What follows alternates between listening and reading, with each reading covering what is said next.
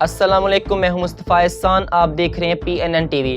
Corona کی تیسری لہر کے پیش نظر حکومت کی جانب سے ایک بار پھر بند کیے جانے والے تعلیمی اداروں کے مالکان، اساتذہ، طلباء اور والدین نے اسلام آباد کے ڈی چوک پر کاشف مرزا کی قیادت میں شدید احتجاج کیا۔ شرکاء احتجاج اس موقع پر حکومتی پالیسیز کے خلاف شدید برہم نظر آئے۔ اس موقع پر حکومت کے خلاف شرکاء کی جانب سے نعرے بازی بھی کی جاتی رہی۔ شرکاء نے ہاتھوں میں کارڈ بھی اٹھا رکھے تھے۔ اس حوالے سے شرکاء نے PNN ٹی وی سے خصوصی گفتگو کی۔ اس موقع پر ان کا کیا کہنا تھا، آئیے آپ کو سنواتے ہیں۔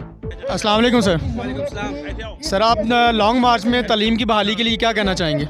سر گزارش کرنا چاہوں گا حکومت وقت سے کہ جس طرح زندگی کے تمام معاملات کو کسی نہ کسی طرح چلایا جا رہا ہے، تعلیم جو کہ کسی بھی ملک کے لیے بڑا اہم کردار ادا کرتی ہے، اس کے لیے بھی کوئی نہ کوئی ایسا لائے عمل ہونا چاہیے۔ لیکن بدقسمتی سے صرف ایک ہی کام ہے، وہ یہ ہے کہ تعلیم کو بند کیا جائے۔ تو گزارش کرنا چاہوں گا کہ طلباء کے لیے بھی کوئی نہ کوئی ایسا راستہ نکالا جائے کہ طلباء کم از کم ہفتے میں 2 یا 4 دن اپنی تعلیم کو جاری رکھ سکیں اور تعلیم سے دور نہ ہوں۔